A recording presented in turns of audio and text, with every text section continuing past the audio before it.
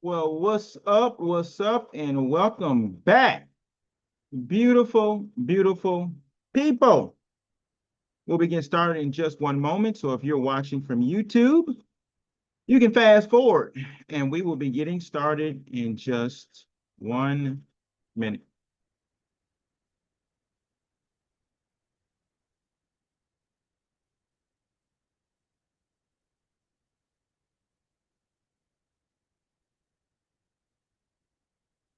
Well, good evening there, Dr. Jim, Dr. Jim, Dr. Jim. How are you, sir?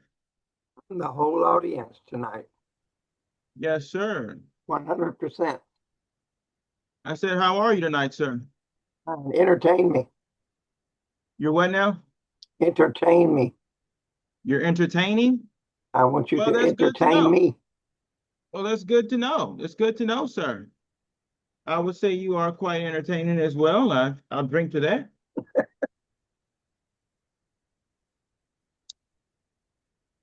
Yes, sir. Drink some good old H2O. Dr. Frederick sends his regards. Awesome. Awesome. Give me one moment. I'll be letting people in here periodically. Give me 1 second. I'll be right back. Miss Amy is in.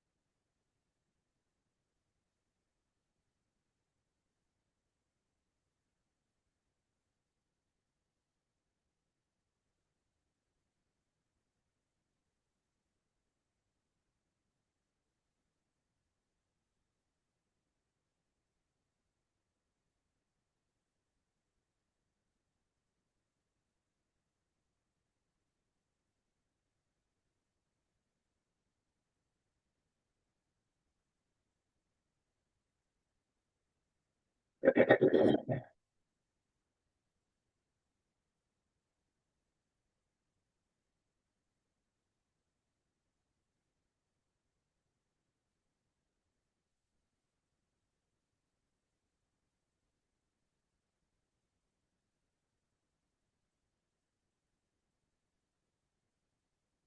hello. How's it going, Doc? Anybody else here? Whoop, there I am. Hello. I'm gonna go get my light. How you doing, Doc? It's Don. Hey, my lights. I don't know what to do with my lights.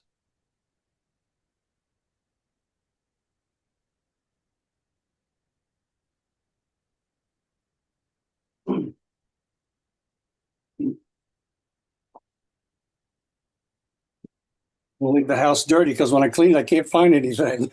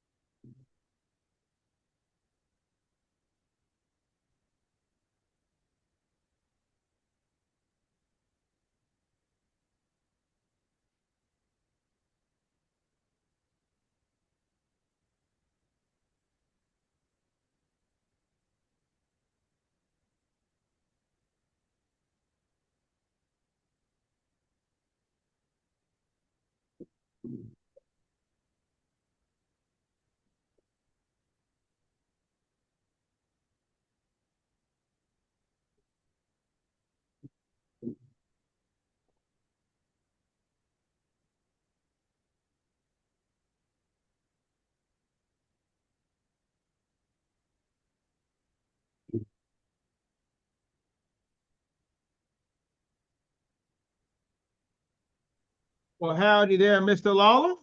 Hey, how are you, Isaac? Whoa, there went my notes all over the floor. How are you? How are you? How I'm are you? good. How are you? I'm wonderful, wonderful. Good, good. Anybody know where Mr. Misi or Miss Rosalind or Miss Allen is? Mm-mm. Well, I will give them a shout here real quick. Give me one Okay. moment. Well, right away.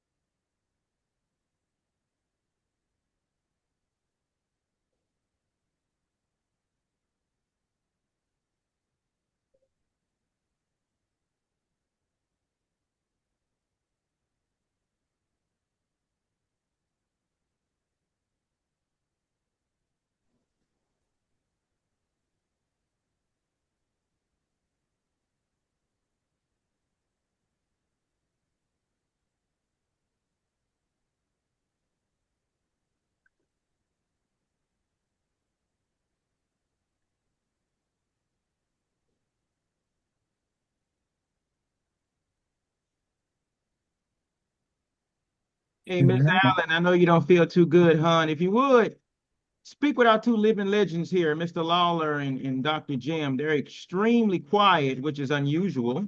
And See, also, we have our YouTube audience who will be watching the playback, watching dead feedback, which Mr. Lawler, being a video graphics expert, knows that's not good.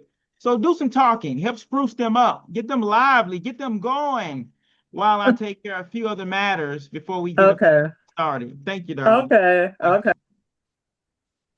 The Lawler, Dr. Jim, y'all have to liven up now. What's going on? Well, I'm the one who's not feeling well. oh, That beautiful smile, Mr. Lawler, and you can't liven up. Come on now. oh man.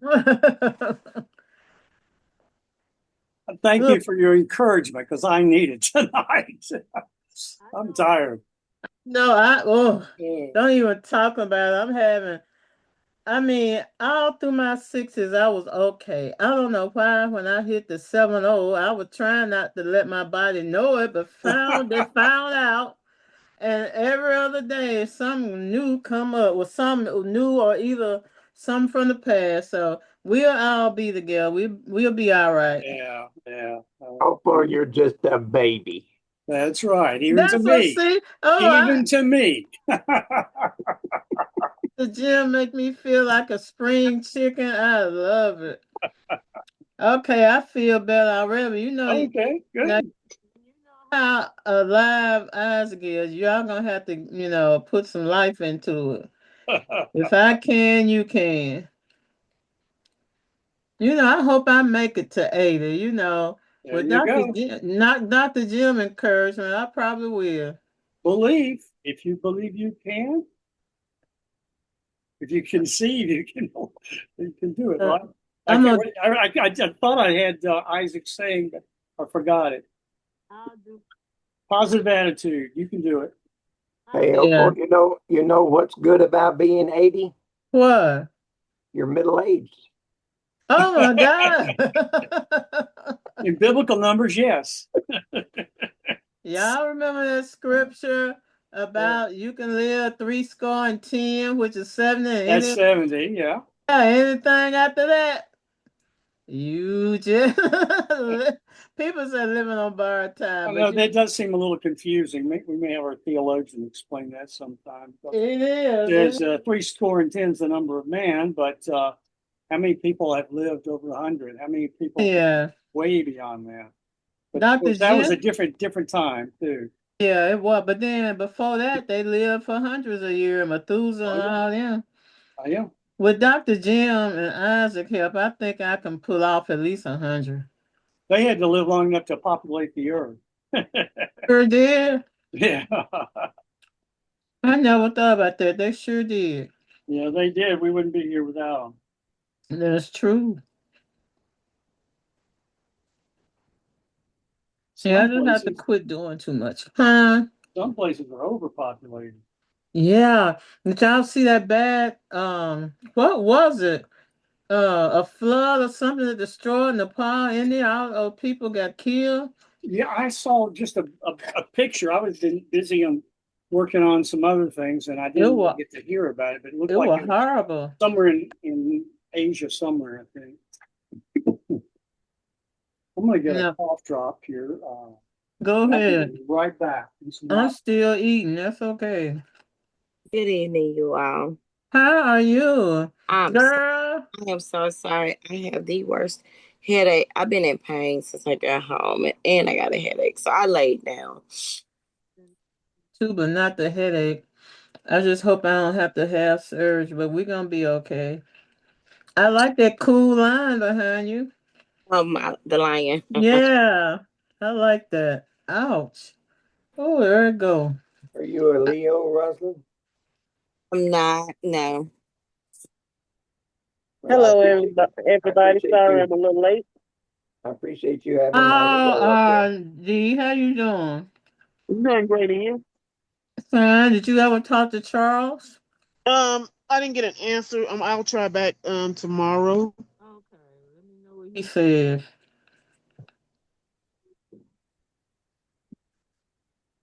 I What'd didn't. you say? I didn't hear you, Mr. Powell.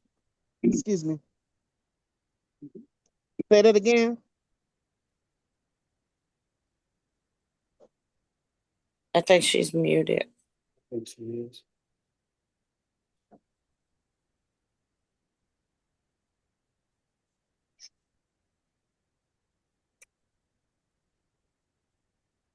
Who else just came in? D and Rosalind.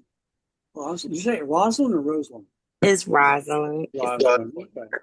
It's okay. How are you? I like to say it right. I'm fine. Been a long day and I'm trying to pump myself up. It has been a long day.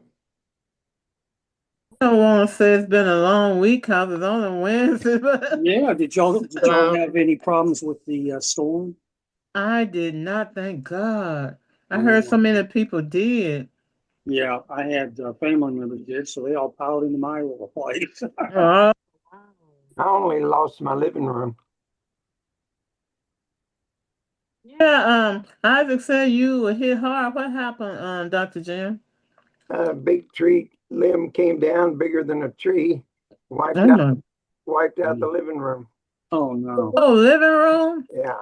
Oh my God, that's what happened to Sorry. me 3 years ago. I was in the one 3 years ago out here in Northwood Hills, and with all these trees, it was a mess. So they Yeah. started trimming a lot of them up. I had trees everywhere. They just barely missed the house. I'm I'm sorry sorry to to hear hear that. that. Yeah, I'm sorry to hear that, Dr. Jim. Let me know if there's anything we Me can do. too. I was asleep on the sofa when I heard the first one hit. That woke me up. Hmm. By the time that second one hit, I was rolling and going. I know you were. Your wife, she didn't get hurt, did she? Now it hit where I was, not where anybody else was. Oh, You okay. didn't get hurt though. No, I got cars that burn up. I get out of them. I get a house of crap out. I get out of it. I got to go to 120. I got things to do. Right, exactly. That's sad. I'm sorry to hear that too. If you need any help from me, let me know. I Well, can at least keep you in my prayer. I could bring you over here and let you clean up the place. It's a mess. Oh I well, bet it is. since I'm not good in that category, I have to help you in some kind of way. Oh, I need somebody to help me over here. I got a 3-year-old toddler over here, and she do not make it any easier. We gonna be okay though. Have your insurance kicked in yet? Oh, yeah. Oh, good. I'd be in deep doo doo if it didn't. Oh my goodness, I have friends that own Chef Flavor on Stage Road, and their restaurant burned down. They haven't got their insurance money yet. I don't know what's going on with that insurance company.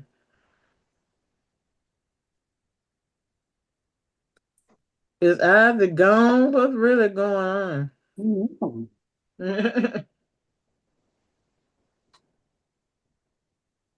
I'm not ignoring y'all. I'm listening. I'm writing. Oh, Just told me to keep the conversation going. Mr. I didn't. Coleman is here. Mr. Coleman is here. Miss Allen, Mr. Coleman is here. I'm like, Coleman what? is I in the house. said, Ivy. So thank you, Okay. thank you. It's Mr. Coleman, Miss Allen. Thank you, dear. All Okay. right. So good evening, God's beautiful people, and welcome back to the Wednesday webinars. Okay. See, we have iPhone. Who is this on the iPhone? Are you able to turn your camera on at the special request? Hey, look at that beautiful smiling face. How you doing? How y'all doing? We are doing wonderful. We are doing wonderful, Miss Daphne, dear. We're about to get the rocking and rolling. So take some notes, have some fun, enjoy yourself, and be ready for your guest speaking when it is your time in the next week or so. All right?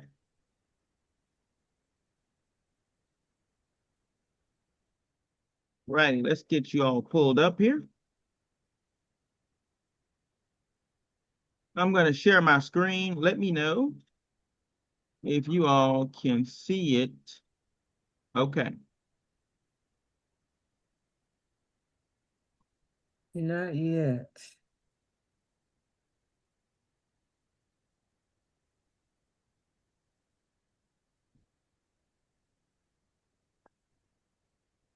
Can everybody see that? Okay. Yes. All right. And you can see the episode 18, episode number 18. Is that correct? Yes. Yes. All righty.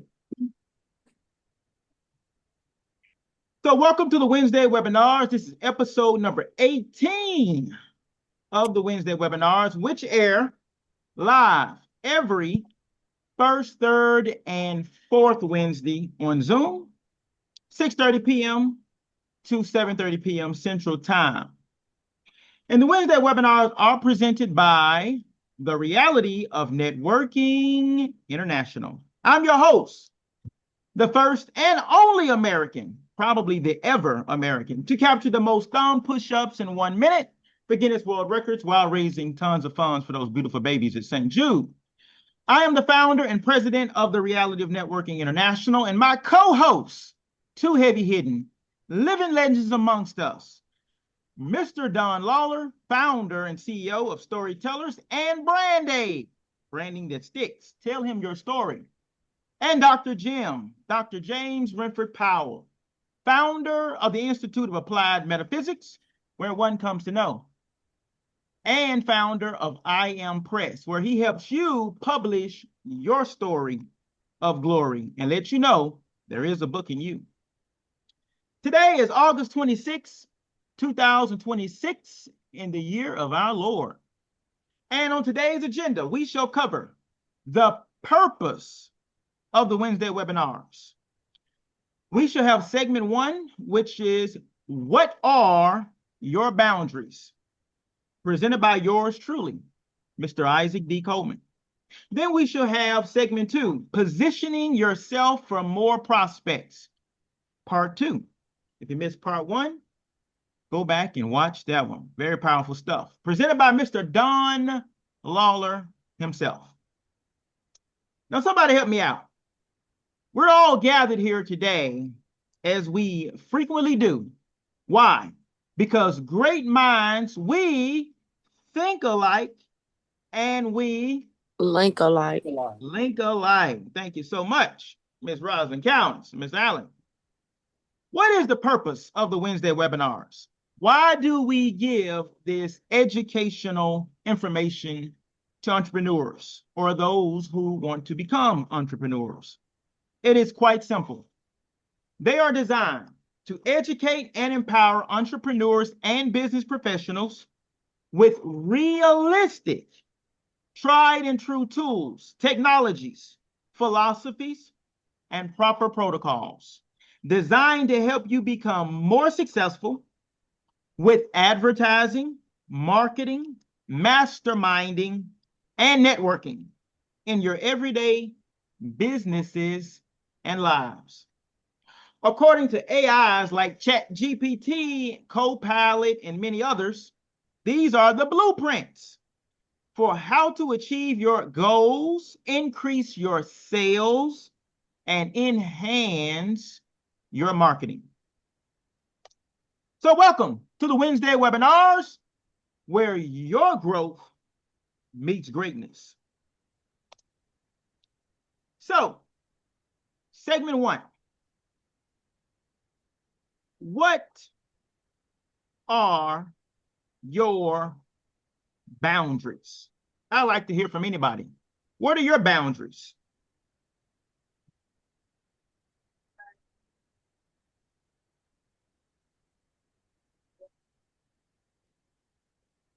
Your business with people who lie, cheat, or steal.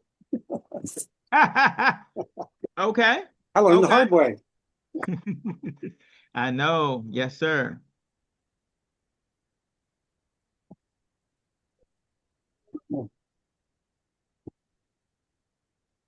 Anybody else?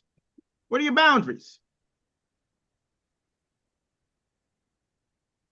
Negative people. Negative people. What do you mean by that? Expound on that for me. What I have been for the last few years. I was always positive, and I'm back. But get down and take others with you. Okay. Anybody else? No pornographic books. There you go. Okay. And like a publisher. Okay. All right. I'll go with that.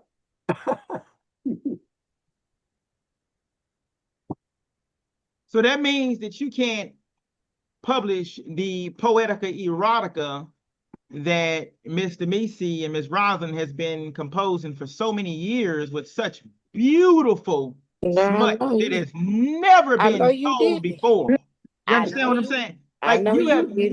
never, no, just kidding.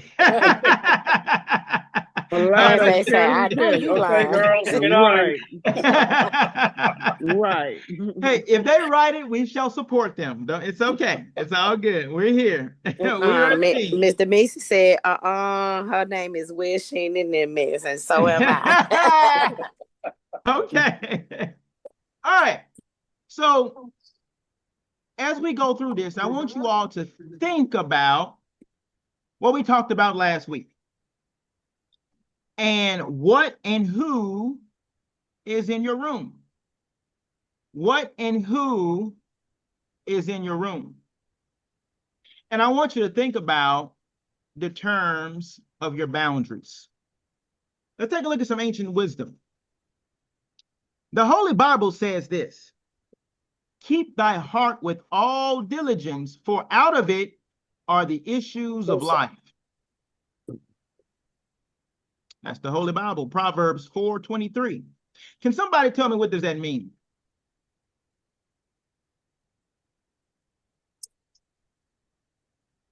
Can you repeat that? Yes, ma'am. Proverbs 4:23. Keep thy heart with all diligence, for out of it are the issues of life. Okay. Well, you want to keep your heart as pure as possible, and where you own and as good as possible, because that's what's in you is going to flow out of you. Okay, that's a good one. Anybody else? Well, the universal law of love is the connector that connects all or connects to the other 12. And it's the unified field that the scientists are looking for and never can find because they don't give any credence to this particular area of study.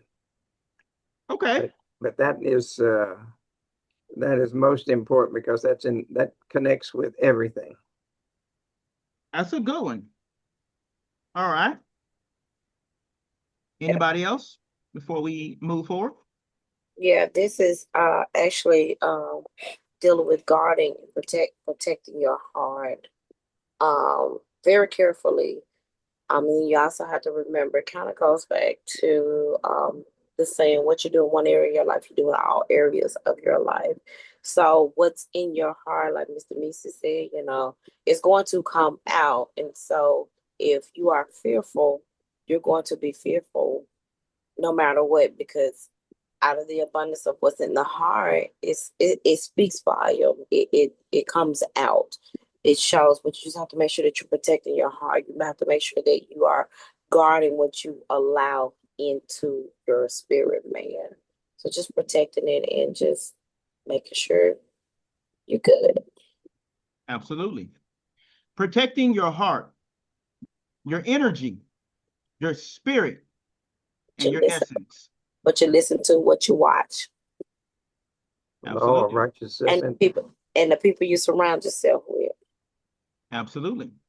There's also, Go I'm ahead, Ms. sorry. Allen. No, Go ahead, Ms. Allen. I was just gonna say there's also scripture to say to watch your heart because it's treacherous. Who can know it? So you always have to safeguard your heart because there's a lot of things in it that if you don't control, could come back on you in a bad way, like Rosalind was talking about. Nice. Very nice. And it boils down to the foundational elements of the universal laws, as Dr. Jim stated. The universal law of love connects them all, in which this Bible verse itself rests upon.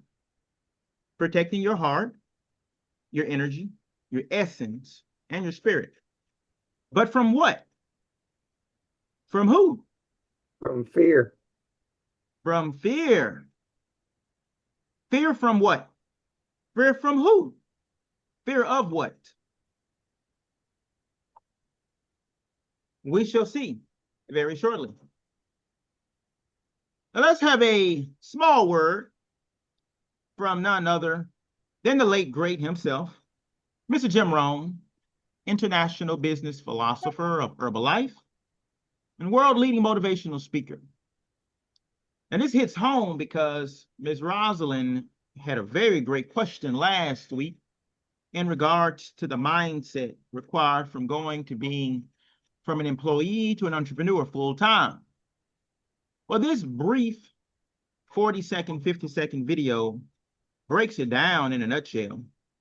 Learn to work harder on yourself than you do on your job. Go to work on yourself harder than you work on your job. If you work hard on your job, you can make a living. Then he said, if you work hard on yourself, you could make a fortune. Absolutely. So I worked hard on my job and made a living, but I learned, starting with those extra hours per week, learning these extra skills, I started working on myself. What could I do to start increasing my progress and make my health better, make my income better, make my investments better, make my value to the marketplace much better, get busy learning the second skill and the third skill and the next language and the next language to increase my value. I got to get busy and do that. See if you will do that. I promise you, one of the greatest motivating factors in the world is progress. So what does he mean by that? Somebody sum that up for me. What does that mean?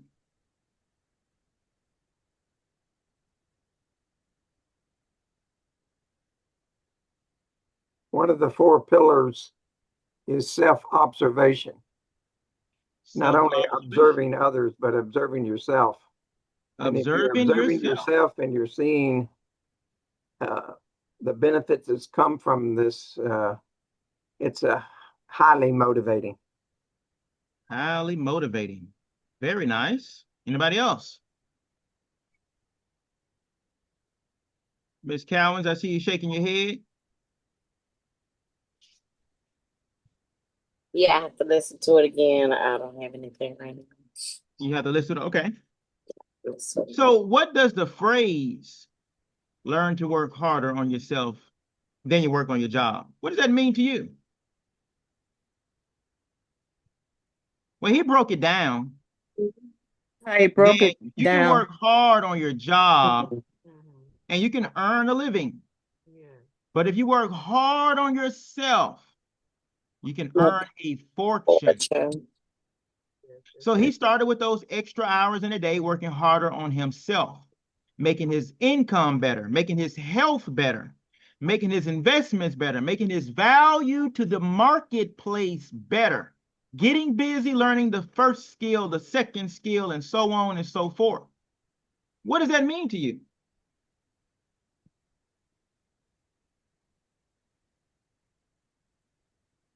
I was just thinking of an old phrase in the computer world is garbage in, garbage out.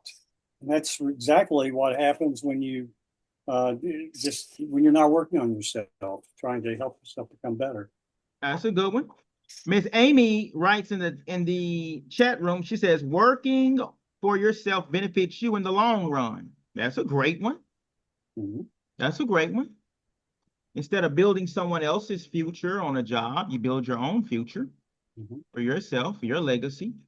And build a job where you can help other people help themselves and their families. There you go. Beautiful. All right. So let's have a word from Mrs. Mel Robbins. Brief, powerful, but short. And I'm going to ask you all, what do you gather from it? She is a personal growth expert and best-selling author, motivational speaker. She says, stop letting your feelings dictate your life. 95% of our decisions are made by how you feel in the moment. And that is the problem. Do I feel like getting up? No, you don't. No. Do you feel like making that cold call? No, you don't. Do you feel like doing that third set of reps? No, you don't. We make decisions based on our feelings, and that is robbing you of joy and opportunity. If you accept the fact that you may never feel ready, and you may never feel motivated, and you may never feel confident, you may never feel courageous, and that's okay. But you can still push yourself forward. As you start to see yourself becoming the person that takes action, guess what happens? You build the skill of confidence and courage. Beautiful. Beautiful. Do you feel like taking on an extra new client this week?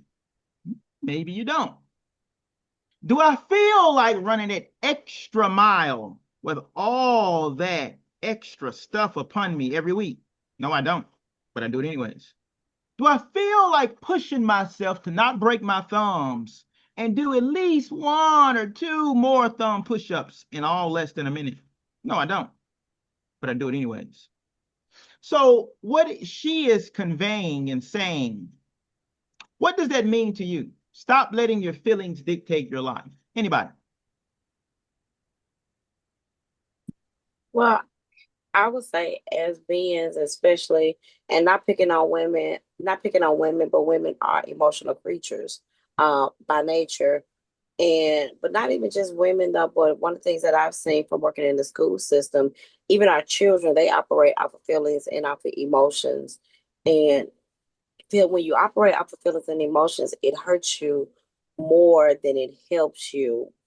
So when even though we may not feel like doing the stuff that we feel like doing, yeah, there's some days I don't feel like getting up and going doing massages or making phone calls or things of that nature. You don't feel like doing those things.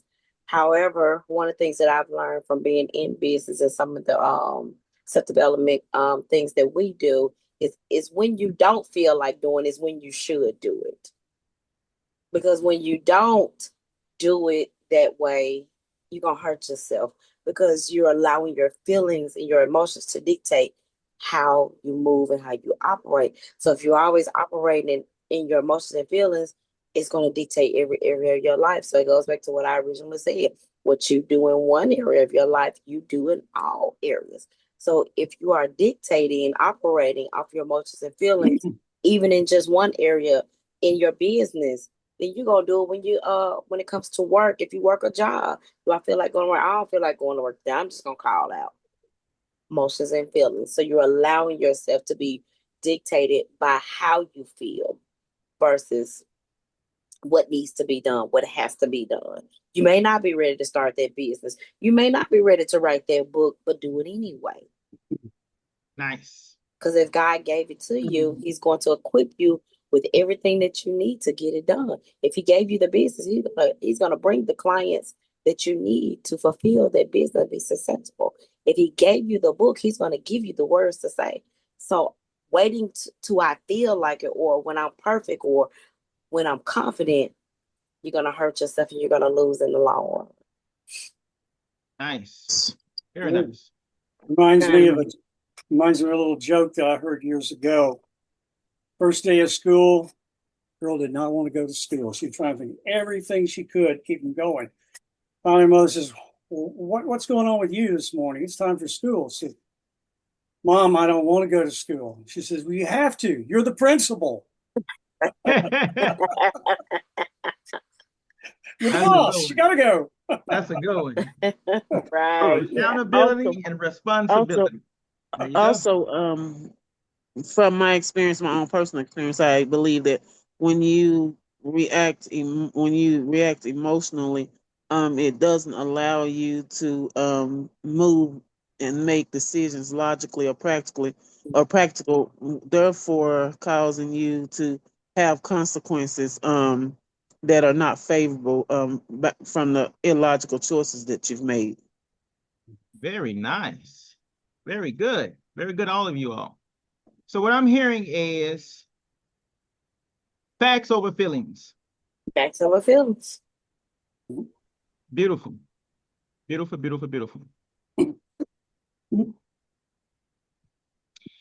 So, number one, mindset is the gatekeeper. Your mindset determines what you allow, what you tolerate, and what you become.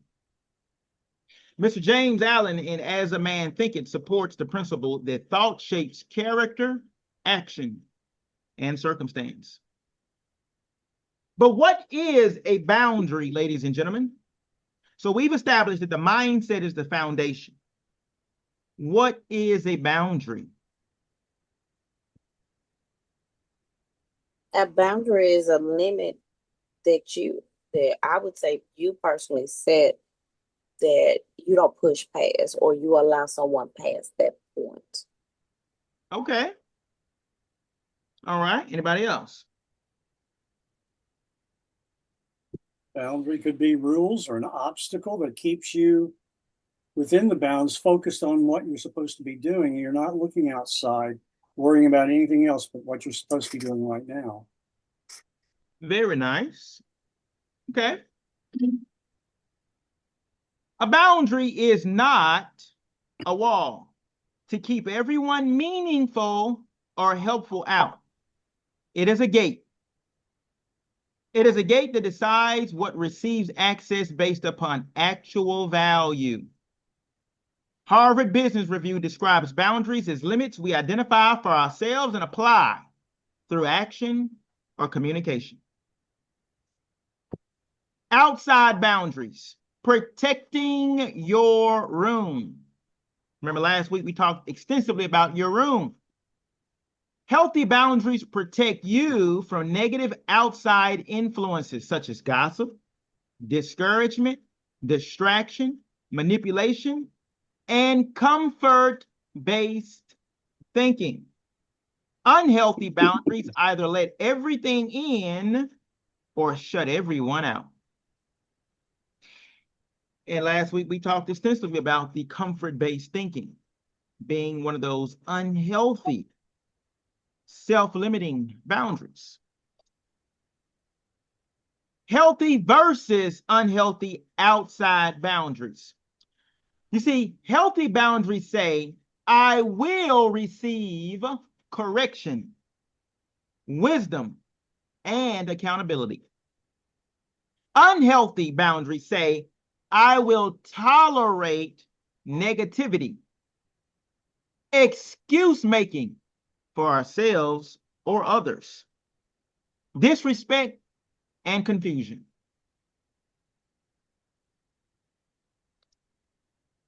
Positive outside influences. Boundaries are not only about removing bad influences, they are also about making room for positive ones.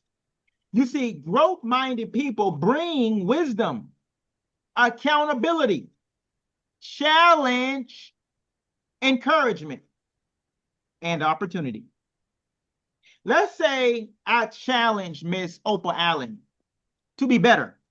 Let's say I challenge Miss Allen to do something that is going to help her become healthier or wiser or richer or more abundant in some favorable way.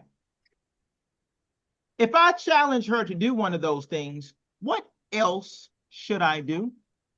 What ought I do in addition to that? Anybody?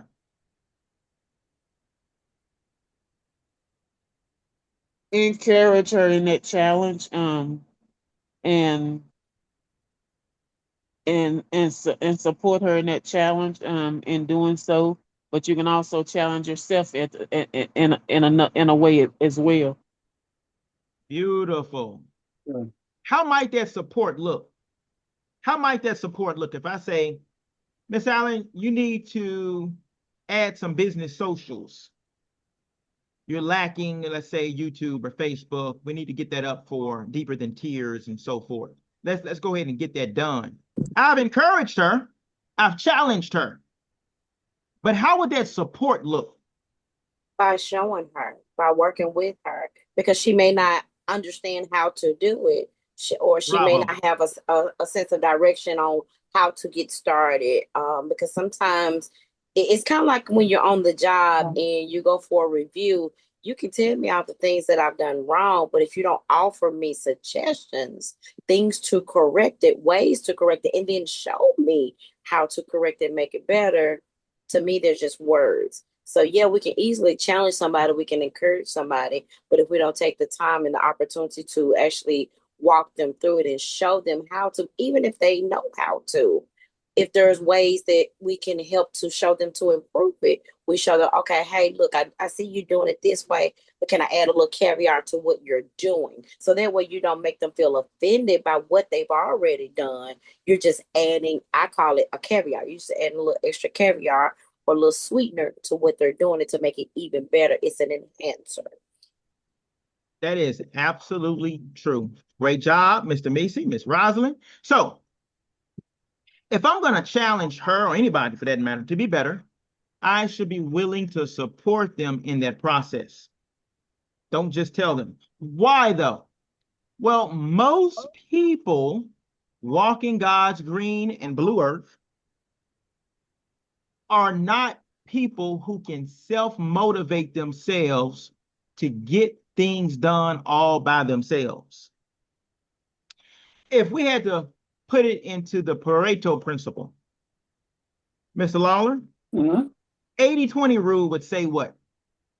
Well, it can be applied to a lot of different things. For instance, 80% of the people believe one thing and only 20% believe the other. It could be something in business. Most entrepreneurs, 80% of entrepreneurs will go out of business in the first 1 to 5 years. The other 20% will actually make it for the long haul. There you go. Now, when it comes to 80-20 rule, the Pareto principle for this purpose of someone being able to be challenged and someone being self-motivating to just get the job done, what side of that equation would that person fall on, the 80% or 20%? You're asking me? Yes, sir. Okay, give it to me one more time.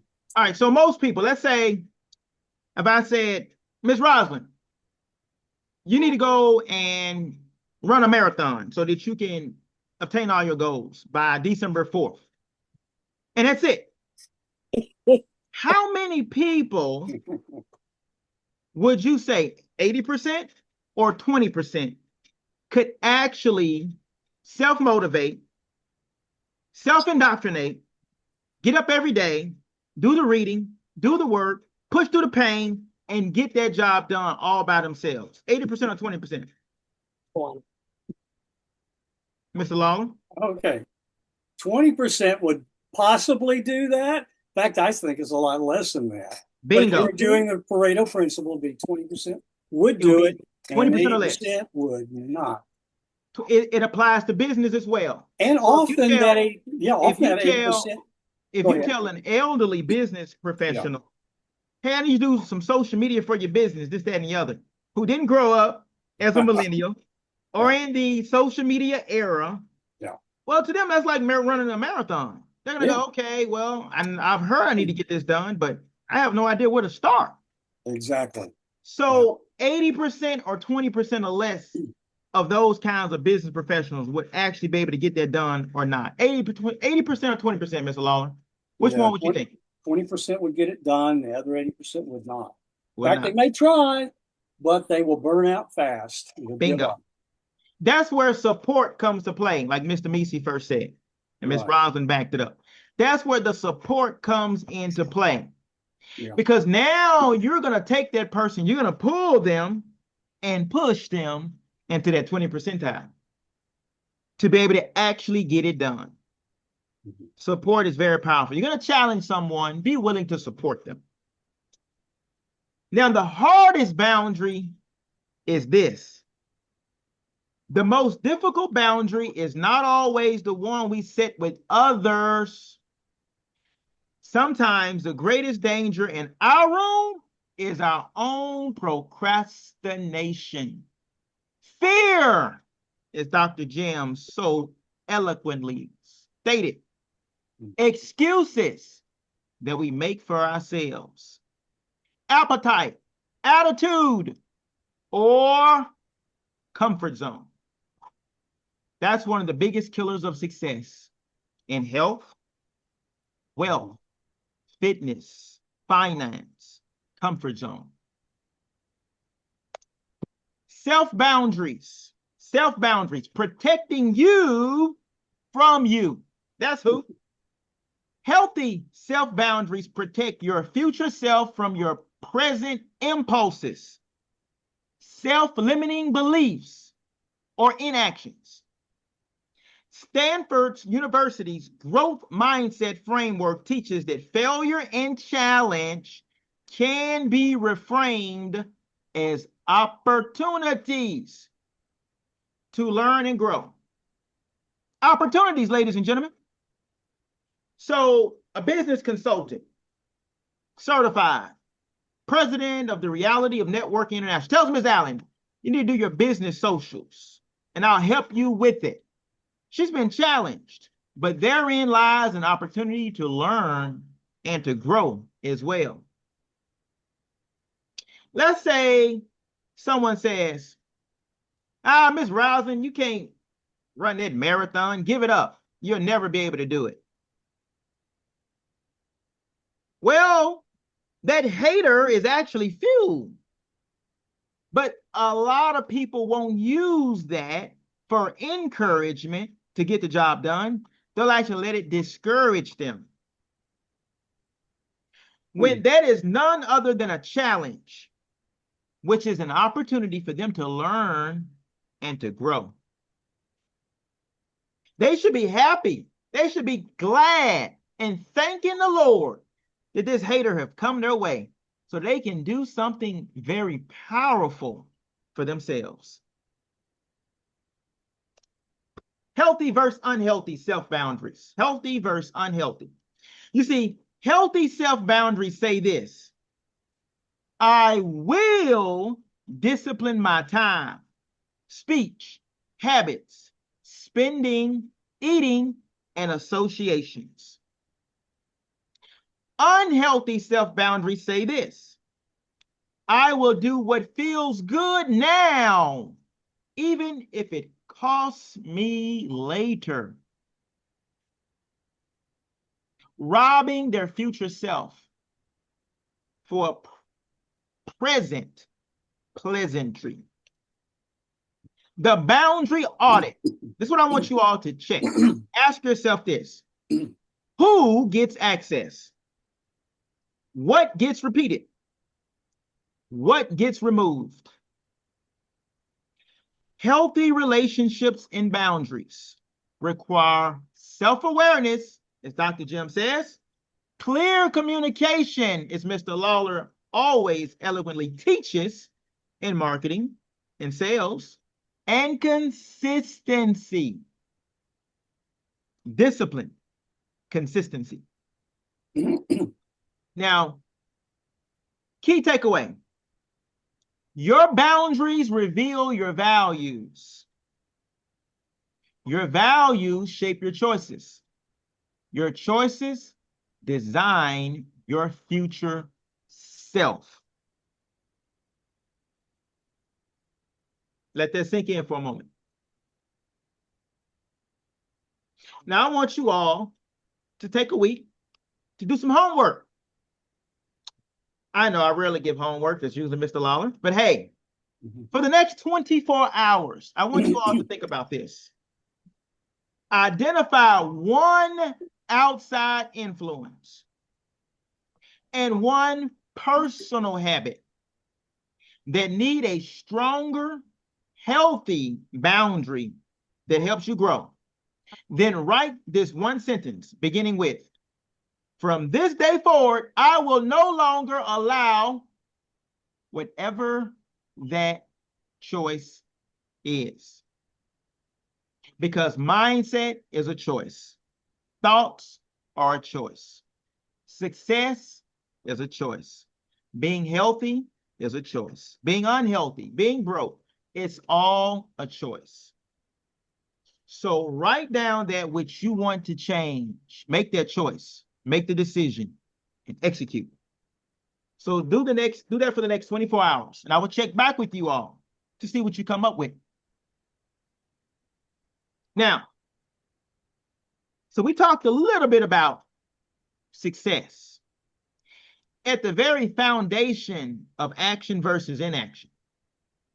If you know what you want, what is the key to success? What is the key to success? Someone said it earlier.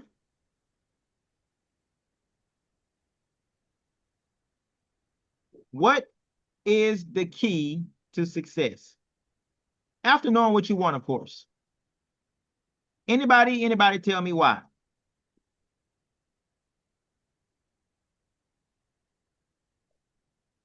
Just getting up and doing it and not allowing fear to stop you. Getting up and doing it, not allowing fear to stop you. Very good. Anybody else? I think just making a decision and stand by it. Make a decision and stand by it. Anybody else? Miss Allen, look like you're glowing over there. I think you want to say something.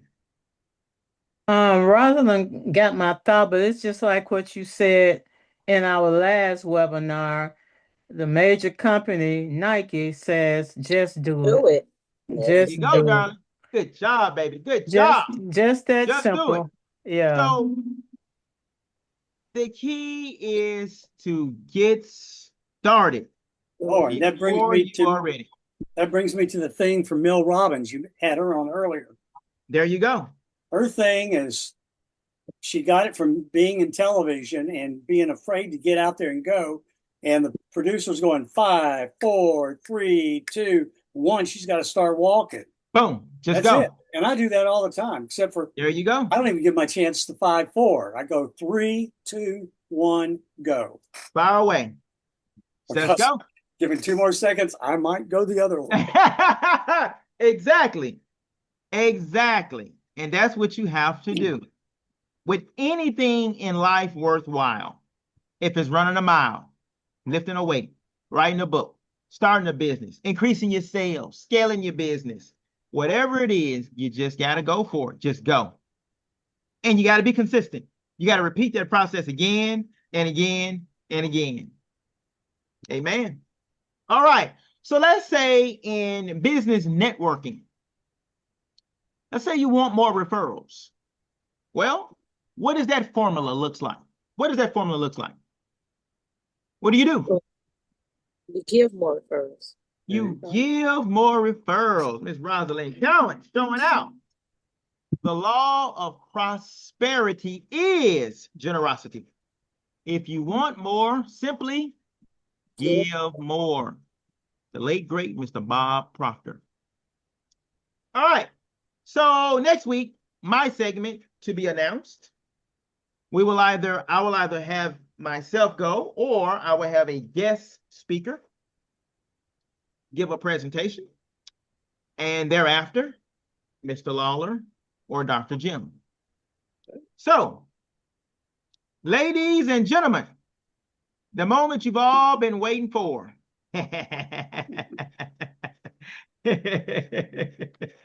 So, can you all still see?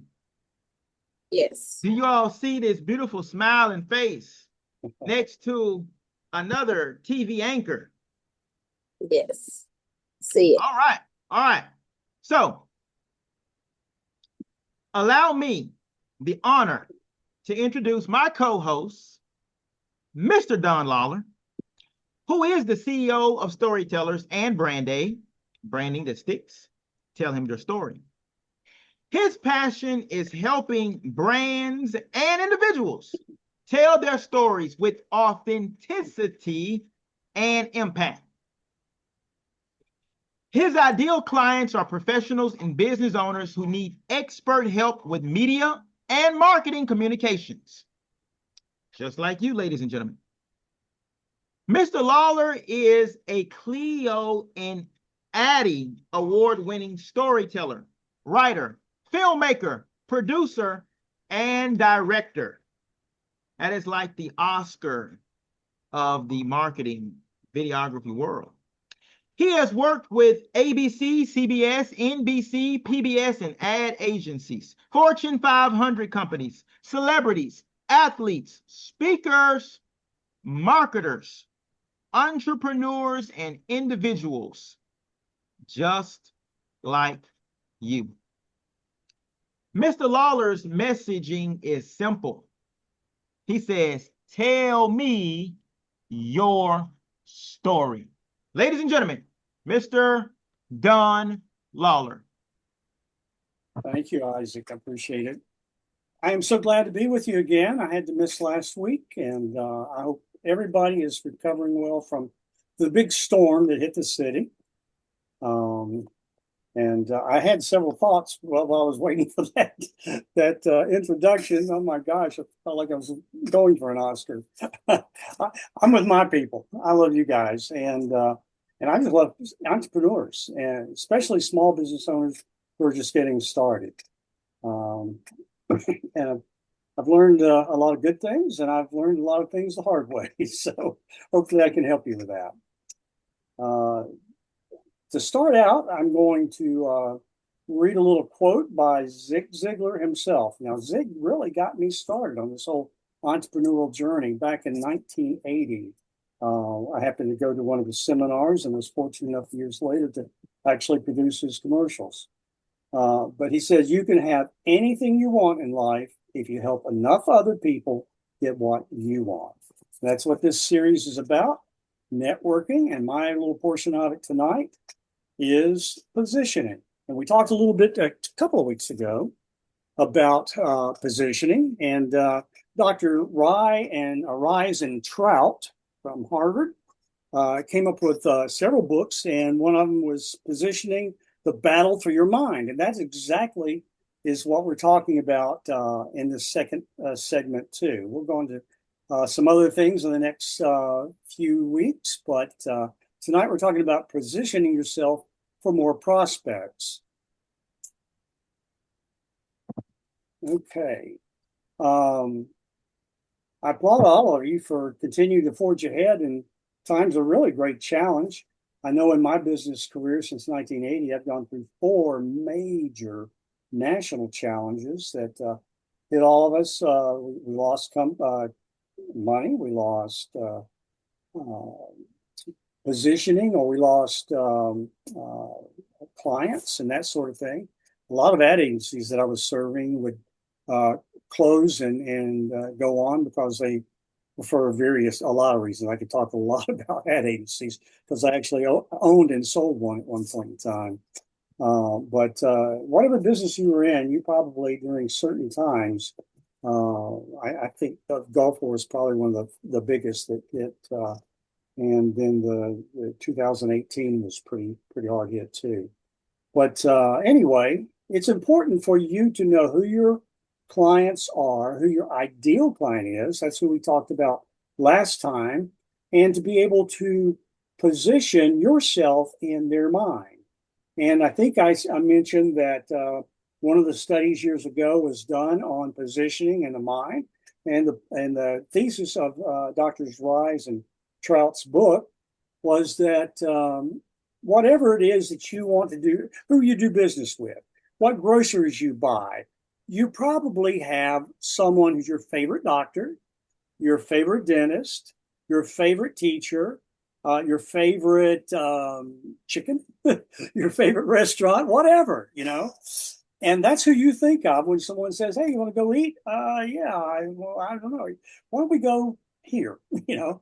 And you make a suggestion. They may have a place and open you up to another suggestion, but if you really like yours, you might be able to convince them with the right words to go to your place.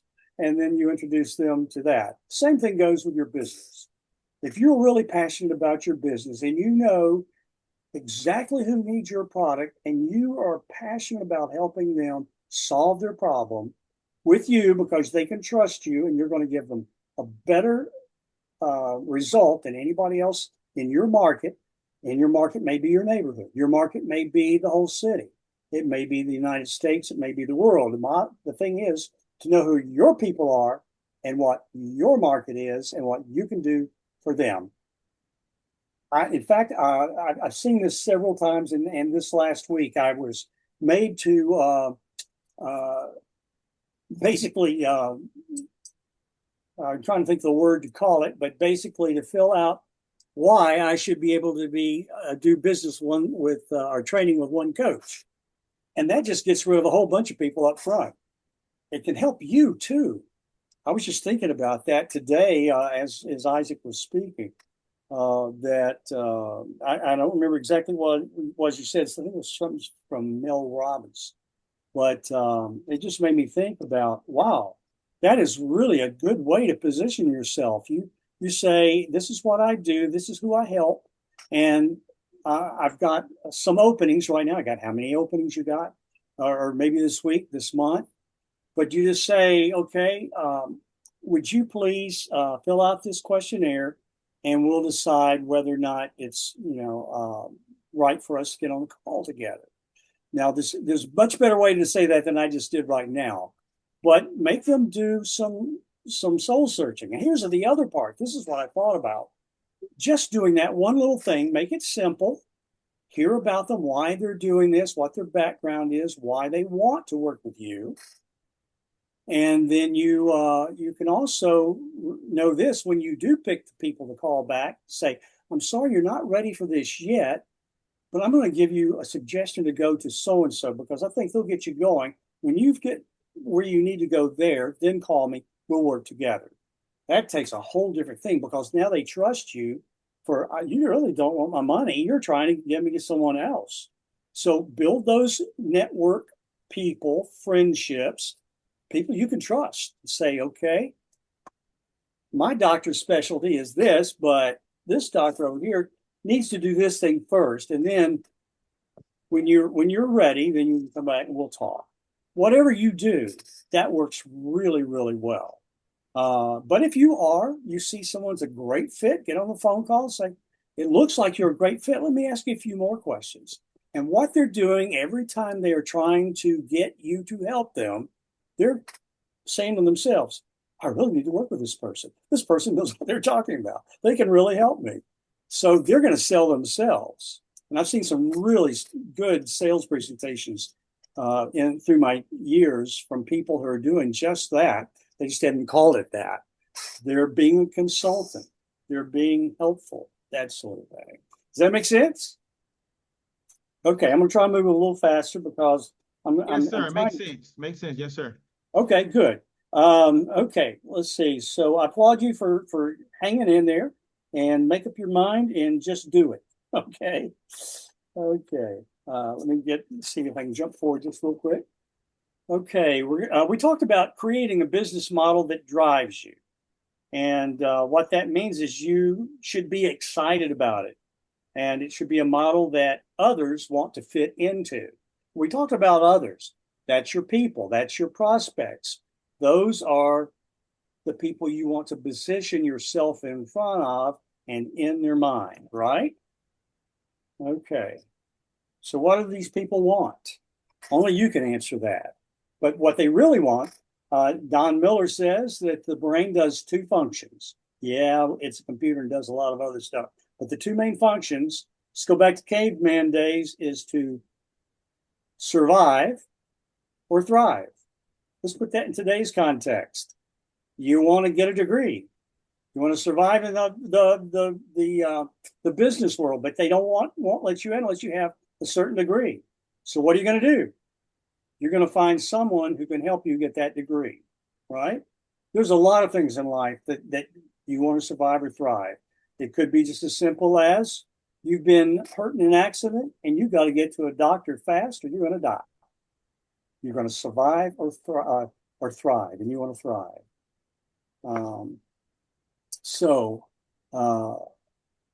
We'll focus tonight more on what direction you want to go, and I believe that'll take you to get there. Most of the stress in business is self-imposed. Would you agree with me on that? Yes. Yeah. Yes, I mean, sir. it has to do with your attitude. Not only in business, but the stress that we receive in life, period, is self-imposed. Yes. As taught by Mr. James Allen and As a Man Thinketh. That's right. So how much money we receive or the lack thereof, right. How much good health we receive or the lack thereof, it's all self-imposed. So I would absolutely agree. Absolutely. So what we're going to do is kind of talk about a framework of a model. Remember, I think it was point 3 where we talked about, no, I can't remember what it was, but anyway, part of positioning stuff is a framework, and frameworks work great for all sorts of things in your business. I need frameworks to keep me on focus because I have ADHD. Okay, without hyperactivity. My wife may disagree with that sometimes, but for the most part, no one would ever know. But I do, and she does, because she sees me pinging and ponging for the latest and shiniest object. And that's really a major deal. I would say, I'll go on the limb to say 80% of entrepreneurs have some sort of shiny syndrome, or shiny object syndrome, right? And I am one of them. So we're going to set a framework, and it will keep you focused and help you deliver what you need to focus. And it takes a plan. And we'll talk a little bit about that, but I'm going to make it very simple tonight. We can talk after this is through, and you guys can call me anytime you want, and we'll set up a time to just talk about what you want to do. And what you're having problems with. So business planning, what you start out with is, in my business, a to-do list and a plan that continues or contains a to-do list. So we're going to talk about a couple of things in just a second about that. The most successful businesses are those that have some type of written plan. Do you have a written plan? Don't hold your hands up. Okay. Plans can come in a variety of different forms. It doesn't matter if you have a long or short one. When I worked in corporate, we had big books that were plans, and it was drilled into us all the time, particularly officers, but and managers. But or it could be very simple. I'm a one-man band again, and I have to keep it simple. My mind thinks corporate, and that won't work. I promise you, it will not work. You can learn from corporate, but until you get that back office to take care of stuff for you, don't even go there. What are you going to do by yourself to at least get your first $1 million? Okay. Okay. And most likely you're going to do what I did as an entrepreneur, solopreneur, is started up by myself. And as I could come up with enough extra money, I started hiring people. First, I'd hired great freelancers who were already experts trying to start their little business. It's a perfect source for help. They already know what they need to do and what you need, or what you need they can help you with. So pay them a reasonable fee. I try to pay a little bit more than everybody else because it gives more loyalty, and they pay more attention to things. When I say, what were you doing on your phone just then? When you should have been shooting the bride or the client or whatever. And I've had to do that several times, particularly with the younger folks. They get distracted very easily. So anyway, enough about that. I want to help you keep focused and stay on track. So with no plan in place, guess what happens? We go off in tangents, and I chase shiny objects. Okay, some of the ideal file, write an what's called an executive summary. I don't know if any of you are in management or have been business owners before, you know that executive summaries are typically what the banks want to see for a quick synopsis of what you're doing. Though real business plans can be much bigger. Over time, I've learned to bullet point things, and it makes my life much easier because I'm a one-man band. What are the main things I need to focus on? And the things that I cannot or will get in way of me performing like I need to and getting where I want to go fast, I hire somebody. Or I just get rid of it. It may not be that necessary at this stage, and generally it's not. Okay, so one of the things that goes into your business plan is a financial management statement. So how are you going to do business if you don't even know how much money you got going out or how much is coming in? And you should, I'm going to right now, write down, I'm going to give you 2 things to do this week. I'm not going to ask you the number right now. I want you to really think about it. What is my gross revenue for 2026 And what will my gross revenue be for 2027? Okay, I want y'all to think hard about that.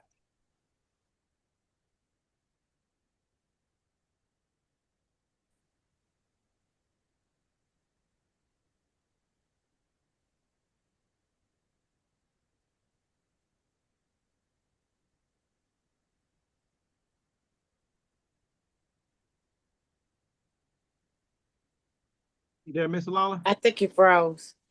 Yep. Yep. You froze up there, Mr. Lawler. Hope you're okay. His internet got kicked off a little bit. We'll give him a few moments to recalibrate. So did everybody get that last part, what he said in his segment? Our gross revenue for 2026 and our gross revenue for 2027 projection. Yes. So I hear Ms. Allen says 100,000 books sold. That's a pretty good goal. That's a pretty good goal.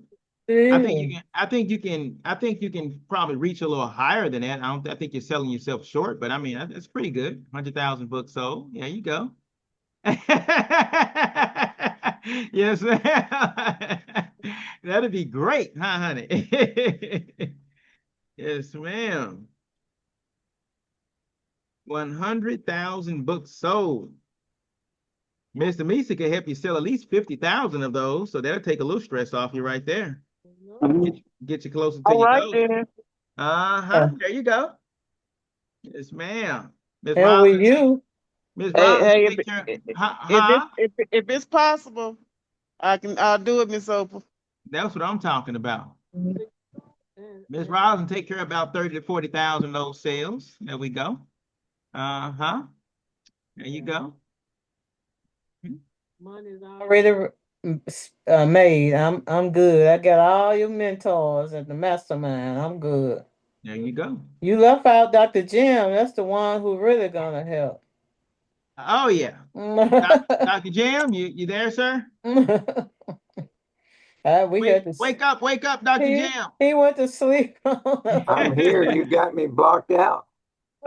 Oh, you're asleep. So You got me blocked out. yeah. Oh Put wow. your video back on, sir. We can't be asleep on camera. I kept Good. hitting it and it kept saying it was blocked out by you. Oh wow. Yeah, you can't be asleep on camera. None of us, including myself. I'm sorry, I lost my internet. We knew it. I told you. I said it. It's all good. So It's- what we left, this is what the last thing we heard Yeah, was to do our gross revenue for 2026 and do a Right. projected gross revenue for 2027. Is that correct? that is correct. All And right. because of loss of time, we're going to jump to the next piece of homework. All right. And here's part I want you to think about on a daily basis. Your AM, write down what am I doing? What am I doing today to reach my optimistic number? Okay, and those two numbers that I gave you, your gross revenues and the owner's compensation, those are your two optimistic numbers. And you're going to positively try and reach those numbers somehow, some way. Okay. And you will make adjustments as time goes along. And we're going to check it every day in the morning at AM. You're going to say, what am I doing today to reach my optimistic number of, and write that number down. We're going to put it in your brain on a daily basis. And then in the afternoon, into work, your PM number is what did I do today to reach my optimistic number of, and write it down. And I'll go one step further. Just to really keep you in reality, write down how much you actually took in that day. Don't shame yourself. If you get a lot more than you thought, go eat a steak. You know? Treat yourself to something good. And give that positive reinforcement. But it's a very simple thing to do, and it should help you move forward with getting your realistic numbers and keeping you working in your business, not on it. And that's it for today. How are we on time? or keep you working on the business and not in it. Correct? Yeah, I'm sorry. Yeah. There you go. Uh-huh. Work, Yes, work, sir. yeah, Working you're on the right. Yeah, I business. got it instead of in the backwards. business. Yeah, Yes, sir. Uh-huh. I got I it got backwards. you. I got you. I'm I here. can't Yes, remember the sir. guy that said that, but it was a good line. So you absolutely recommend checking it in the morning rather than in the evening? Both. Okay. I had a morning AM number, and I have a PM number. The AM money number, and you may do it for your year, but do it for the day too. Okay? Okay. Or do it for the week, whatever you want to do. Whatever helps you move forward and helps you see progress or see where you need to work harder or smarter. All Okay? right. Does that make sense? Yes, sir. And because you're checking in the morning, it's the first thing you're thinking of before you go to work, whether you work at home or work in an office place somewhere, and in the evening, it's a reflection before you, and put it away, noodle on it. If you sleep about it and you dream about it, fine, but just go on, don't lie. But you're giving yourself a concrete way to keep yourself motivated and some boundaries. Does that make sense? Yes, sir. I did it for years. Okay. It hurt. It helps. Very nice. All right. Very good. Sounds wonderful. So in order to hit my numbers, I just need for everybody to buy 50 gallons of superfood soup and we're good. That's it. No, just kidding. Not kidding, y'all. I'm waiting for my superfood. I know. I finally got all the ingredients except for one in. So Isaac, yeah. I'm going to give you a special homework assignment. That's How Mr. many gallons am I going to produce today in the morning? And then in the evening, you see how many you've done. I won't be able to produce those daily. No, not at all. Yeah. I know that. Not yet. Not yet. You will. Until I hire some help.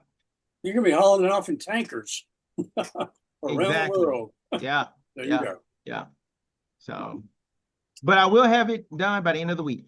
Yeah. So I got everything I need except for one. Good So. deal. And the storm did delay some stuff, obviously, but you know, Amazon's been trippy. So it has been trippy lately. Yeah. But it's all good. We're gonna keep on chugging along. There we go. Anybody got any questions?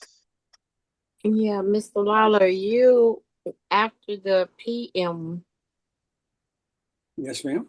It's something else that you mentioned. Yeah, the PM, you're looking back on the day. And what did I do? You're saying, what did I do after today? that, you gave another instructions after the PM one. Oh my gosh. Isaac, it was something else you said to do.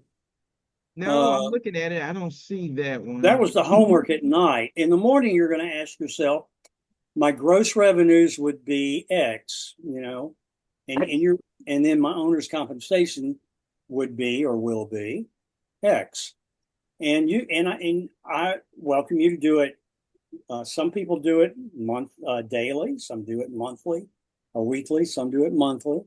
But I think a daily time you do it's going to make it really start sticking with you. Dang, I didn't make it today. What am I going to do tomorrow? You know, I think it's more motivational than anything else. Okay. And I'll even go one step further. If you got a buddy that you can trust, not going to divulge numbers or anything like that, they just tell them, I didn't make my goal today. And then you talk about it. So you don't have to give them the number. So an accountability partner. Yes, an accountability partner. So somebody that you know that you can trust, good friend, wife, husband, whatever. An accountability partner actually it lights my pants on fire. So, you know. Is that what you was asking about, Rosalind? Because I have a couple of two things after that. Okay. What do you have, dear? No, well, that wasn't it, but that's why I was asking because I also have I don't know if this is it, but I also have can work on the business and not in it. And whatever help you feel, I mean, whatever help you see progress, keep yourself motivated with boundaries. I don't know if that's part of what you were Well, that talking was about. earlier on, but yeah, I was Yeah, just that was saying that I want you to stay motivated and focus on those two things. One of the morning questions and the night questions, just as a simple tool to motivate you and help you stay accountable to your decision. Okay. And if you need a friend or a family member that you know is going to not dish you, but it's going to actually help encourage you, do that. But if you're going to have a bunch of grief, don't. Some people I Okay. wouldn't say that to. All right. Now, optimistic numbers. Yeah. All right. And give Very yourself good. some grace, okay? What do you mean? Don't beat yourself up if you don't make it. Okay. God gave us grace. Give yourself some grace. You're going to do fine. It's going to take some time. Well, some grace could be, well, if you don't make it, then you got to do 100 push-ups. There you go. no. That's Give good. up a That's good slice of grace. pie. Give You up don't that hit pie. you don't Yeah. hit that goal, it's fine. Just do 100 push-ups that day. And I guarantee that'll be very motivating for you to hit your goal. Yeah. Or you're just gonna keep getting stronger. But the choice is yours. Nice bonus. That You win either way. works. You win either way, right? There you go. Make it so you win either way. There you go. Gamify it. Yeah. There you go. You should Mr. see what I have to do if I don't hit my thumb push-up goal. Mm-mm. And ladies, give yourself a big gift for reaching a big goal. Go shop. I think that's what it was. I think you was mentioning because you did mention something about, I don't know if you were saying look at what you've done and then reward yourself. It was something to that nature. Yeah. I was writing something else that you said down, so I totally lost track of my thought. I'm gonna get when we get through. I'm gonna give everybody my notes. Okay. Okay. So glad we got those YouTube things now. We can Yeah.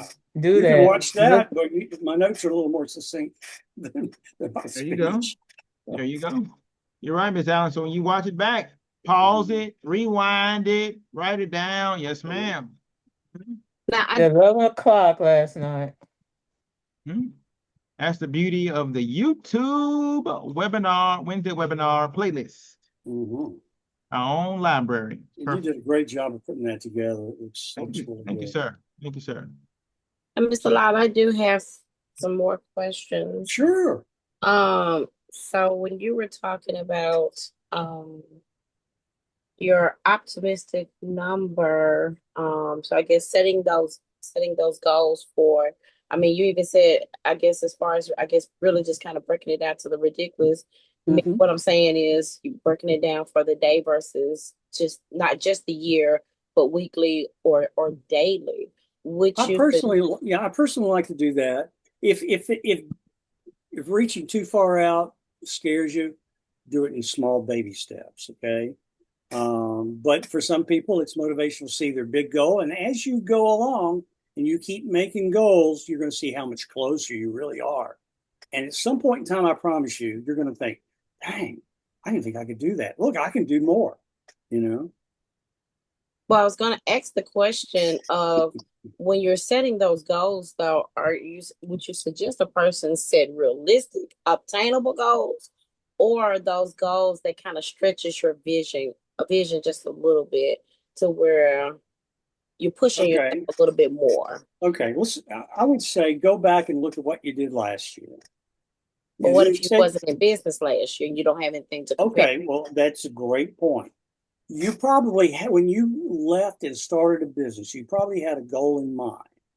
Most people think a little higher than probably will really get.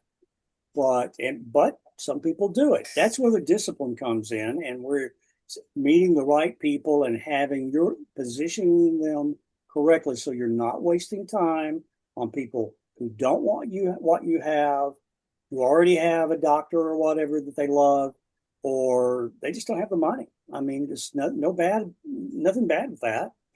I don't have the money for a lot of things I want, but you're just trying to set something that's reasonable and stretch just enough that you are heading for a goal that would make you happy. And next year, go higher. And make that, and then go higher. And sometimes we just guess too high. Then you have to back down and make something that we know we can get with a little bit of extra effort. And because that sets up a whole new thing in your psyche that I can do this, right? And that's where accountability partners can sometimes help, particularly if they're a real good cheerleader. You really, really want it as bad as you do. Does that answer your Lawler, question? Actually, it does. Mr. Lawler, Ms. Yeah. Roth, I've also heard lots of experts say when we set our goals, it should be something that nearly scares us.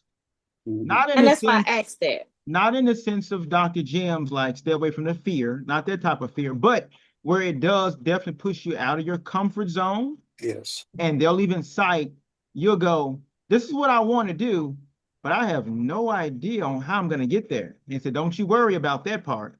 You just go ahead and start planning, taking action, and doing everything you know you're supposed to do, and keep the mindset in check. Yeah. Keep the fear away, keep the procrastination away, keep the mindset strong, telling yourself, I'm going to accomplish this goal, even if I don't know how yet, and believe that it's actually going to happen and occur. And they advise that the attraction shall happen. You'll get the right people, the right resources, the right education, the right opportunities. It will come if you just keep doing the work. But they did say that the goal should be something that nearly scares you if it's going to be great, like a really great goal. Let's say, you have yourself $100,000 project or product, or $1 million business. And you say, you know what? I think I'll just settle for, maybe 5,000 a month. I think I can probably do that. They say that keeps more people held back than allows them to actually grow, because you're doing something you can really obtain, and you're not going to really be able to grow from there. But if you push yourself, kind of like our good friend Dr. Alan Frederick said, chiropractor, my good friend, good buddy, Dr. Jim went to him to see him today. He told me that the integrity doctors that manages his clinic and thousands of clinics all over America, their goal is to help them get to $1 million in a very short amount of time. Then they said, look, here's the plan we have for you. If all goes wrong and we're just halfway wrong, at least you're half of a millionaire. But set your goal very, very high, and do everything you're supposed to do to get there, and keep believing you'll get there. And if you do fall short, look what greatness you still have. And But if you say, well, I think I can get to $100,000 a year, and let's say you actually get to it, but you could have gotten to $1 million that year. Now what? Okay, and my answer to that is do some marketing research first. Oh, absolutely. You definitely got to do that. Is it even do all feasible? Of that. Is it feasible? How many people in your neighborhood are doing the same thing you're doing? There you go. What's the competition? What can you do different, better, and get people so happy with what you did, they'll tell their friends and build your network. And so on and so forth. Yes, sir. Gets a snowball going. And the more it rolls, the bigger it gets.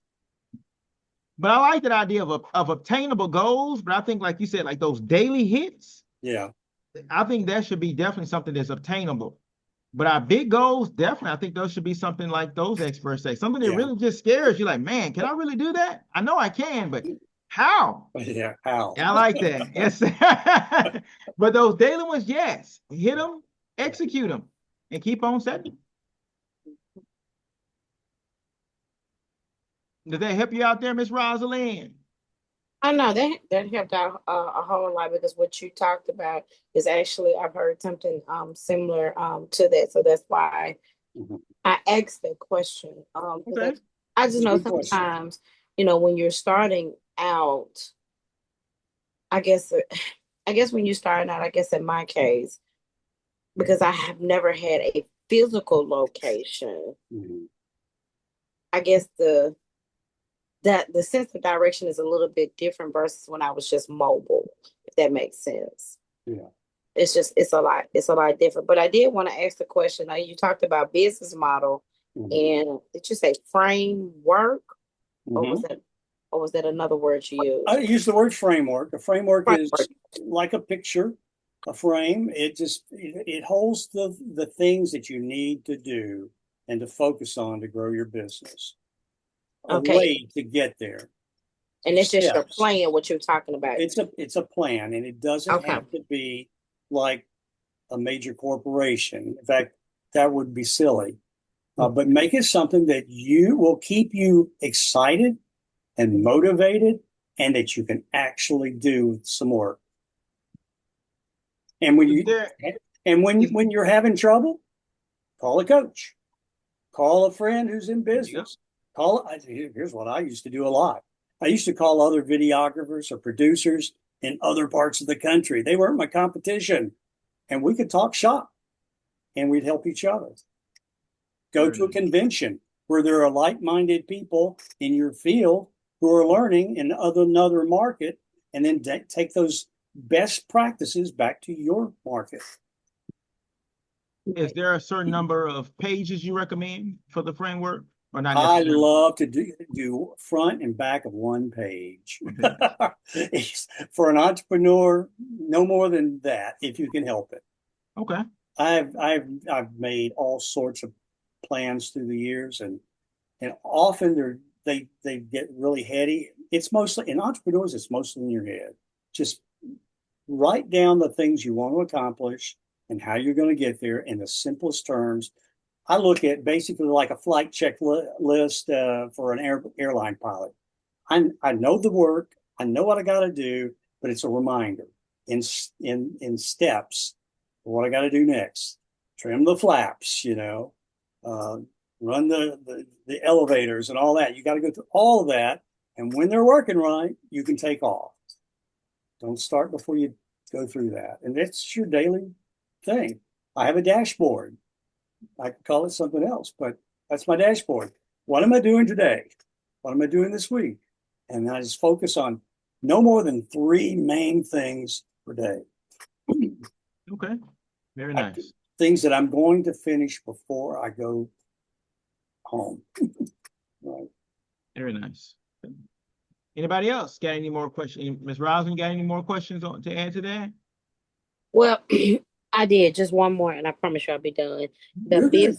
that business model. Do you have something that I can read about about the business model, how to set that up, or what that should look like, or is that Yeah, something that we can kind of get together at a later date, set up one on absolutely. one, and we can kind of talk about that business model? Yeah, Because I think yeah. that's one of the biggest things that I'm actually struggling with right now is the Okay. business model. I think my biggest issue is, and I think you just mentioned it, is really, I guess, just taking everything from the head, putting it on paper, and then, Right, putting everything, setting everything, right, what's priority, and just kind of working from that checklist there. And right. I do work better that way. And I've noticed when I do a list and Yeah, I focus on, like you said, those 3 main things, the main things that have to be done, I get so much more done. And when I don't, I'm yeah, kind of all over the place.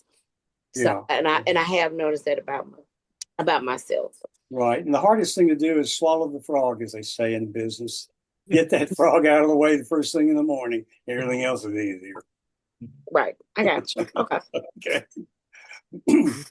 That's Or my number one every morning. And then after that, I got 1 to 2 other things that I have to do to move the business forward.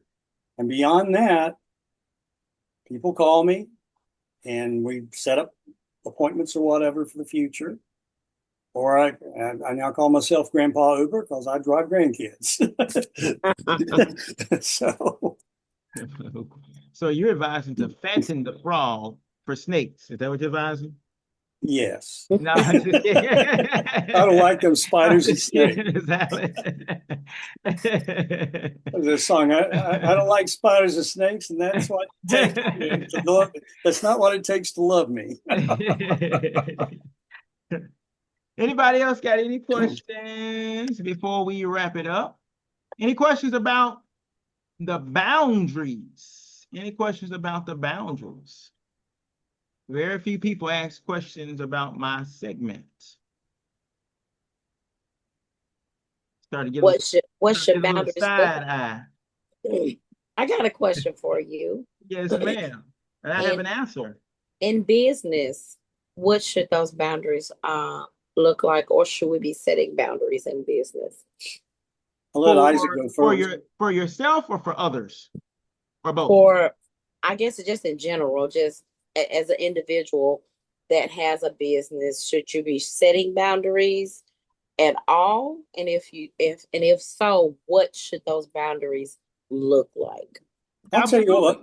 Absolutely. Can I just tell you real quickly? Because I am busy and I don't have a secretary anymore. Miss Lawler. Yeah, go ahead. Yeah. That's my segment. I'm gonna go ahead and take it. Oh, go. So for values, absolutely. You heard Dr. Jim said he don't write the he won't help you publish the pornographic stuff. That's a boundary of his. That's good. You got to stand on those boundaries. You and I have talked about the boundaries you stand on, Ms. Roslyn, and massage therapy with some creepos you've had come along. And there's things you don't stand for. Those are great professional boundaries. But some of the things we don't normally think about would be something as simple as don't allow negative people around you. Especially you are in the healing arts. The energy that someone puts off onto you, that negative energy, will then be transferred onto your client or patient and not allow them to heal properly. That's a terrible thing, because now that will reflect in your business. That could show up in your Google review. And it wasn't even necessarily your fault, but if you allowed a negative person into your vicinity and allowed that negative energy to transfer itself to you, then now you're transferring it onto your clients, who you have to use your hands, your modalities for healing, and you're transferring it right to them, unbeknownst to you. And what we're talking about with energetic sciences like that, different aspects of physics have corroborated and proven that when they've done tests and different experiments on this as it relates to energy. So that's a real thing for you, and really it's for any business owner, not just a business owner who's a healing practitioner, but that's for anybody. We can pass on negative energy to those around us, to our clients, to our wife. Someone comes around Mr. Lawler with a bunch of negative energy, he could transfer it on to his wife, unbeknownst.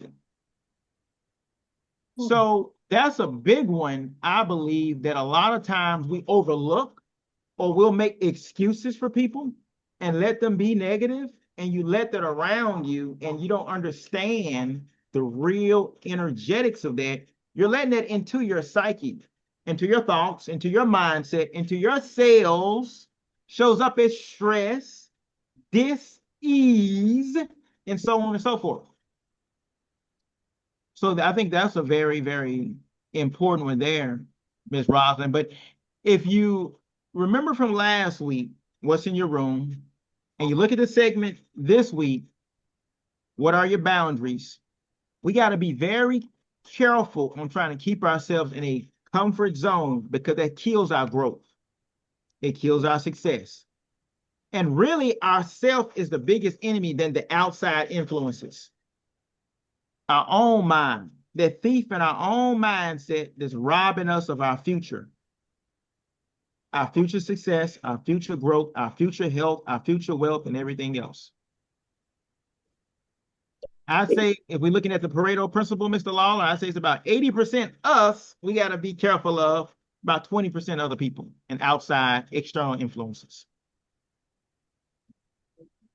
Mr. Lawler, I'm good. take it away.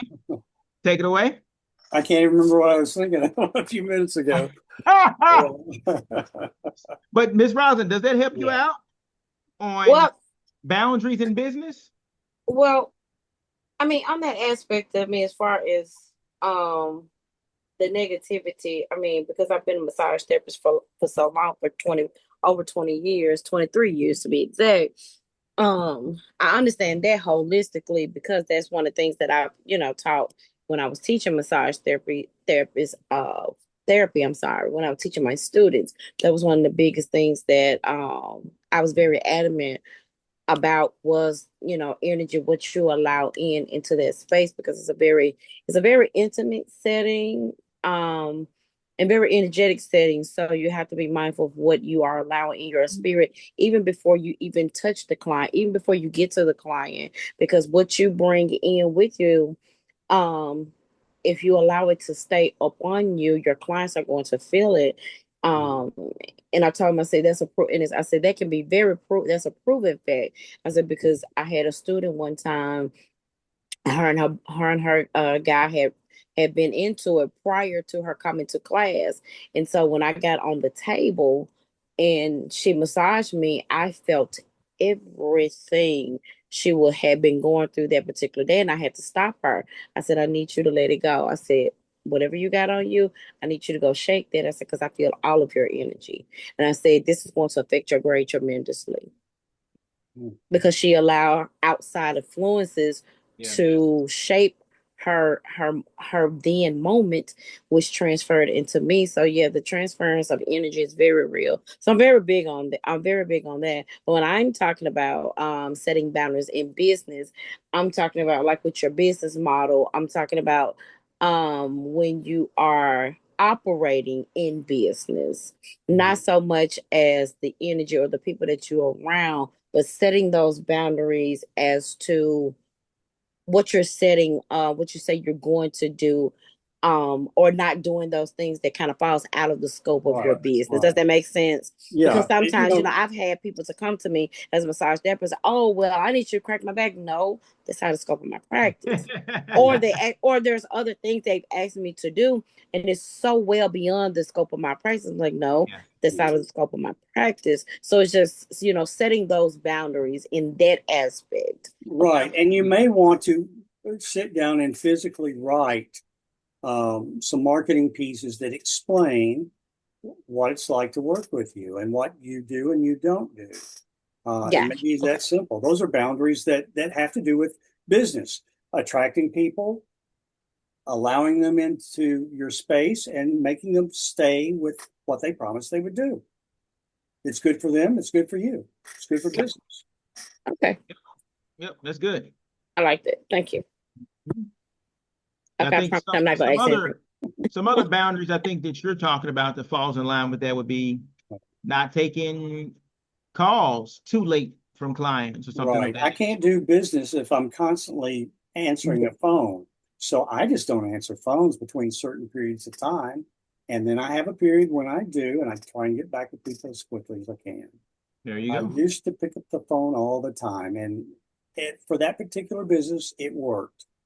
I made a lot of sales because I was the only guy in town answering calls in the wedding business. Yeah.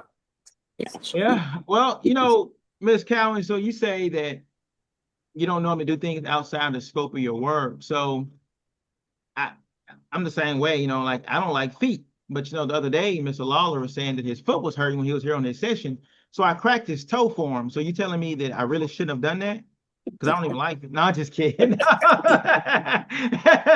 Nobody touches my toes. I mean, She said, feel that for everyone. Just send them to you. I got you. Yeah, just send them to me. I don't mind the feet. Now, if they got an infection, that's a boundary. Well, come on now. It's just a little athlete's foot. You know, that's all it is. Yeah, Nothing well, It's crazy, you still an know? infection. little No. toe jam, you know. No. Hey, Mr. Lawler. A little toe jam ain't gonna hurt nobody. Yeah, I'm going to recommend they go see a podiatrist. There you go. Now you're being the professional. Yeah, right there.